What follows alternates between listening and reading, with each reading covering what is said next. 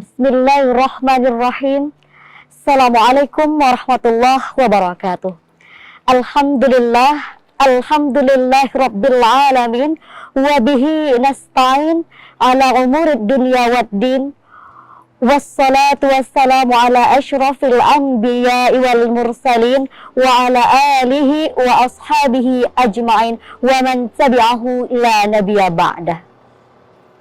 Alhamdulillah, Allah Subhanahu wa Ta'ala masih mempertemukan kita dengan Ramadan kali ini, di mana bulan Ramadan ini merupakan bulan suci yang penuh maghfirah.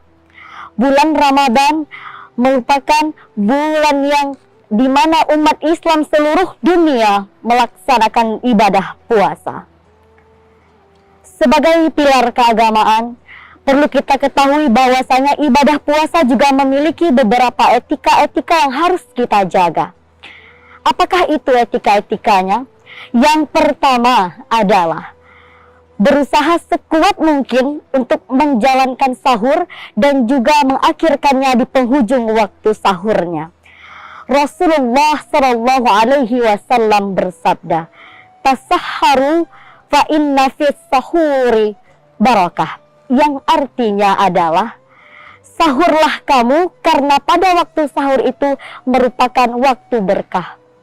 Hadis riwayat Bukhari Muslim.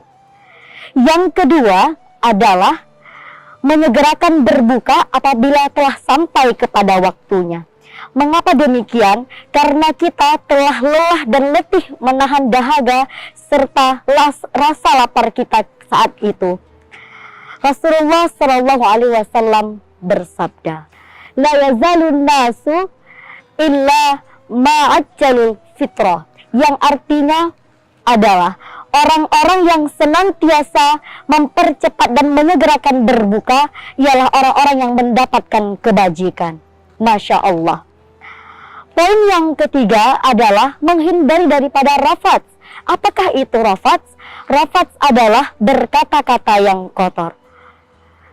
Rasulullah Shallallahu Alaihi Wasallam juga bersabda, "Wa izkana yaumu saumi ahadikum fala yarfus," yang artinya apabila ada di antara kalian yang sedang berpuasa, maka janganlah kalian berkata-kata yang kotor. Selain itu, bukan hanya kita menjaga lisan kita daripada kata-kata yang kotor, akan tetapi kita jauhkan diri kita daripada hal-hal yang tidak memberikan manfaat kepada kita, malah berbalik kepada mudarat. Contohnya saja, seperti nongkrong yang tidak jelas, jalan-jalan tanpa tujuan, dan lain sebagainya. Yang dimana waktu tersebut dapat kita isi dengan amalan-amalan mulia, seperti berzikir, tadarus, takarub kepada Allah, dan lain sebagainya. Masyiral muslimin rahimakumullah.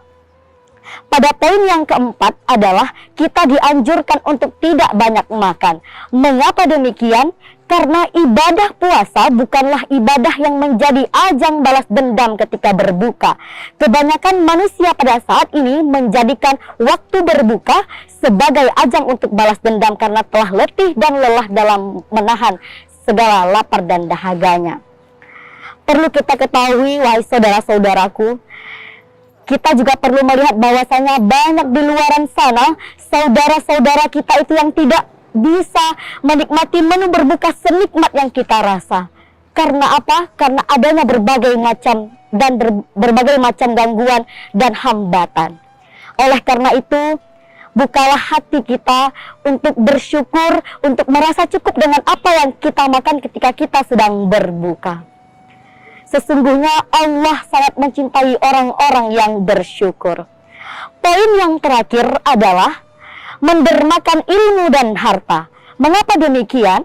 Karena Rasulullah Shallallahu Alaihi Wasallam bersabda, bagi orang yang menyediakan menu berbuka kepada orang yang berpuasa, maka sama halnya dia akan mendapatkan pahala seperti orang yang berpuasa tanpa mengurangi sedikit pun pahala puasanya.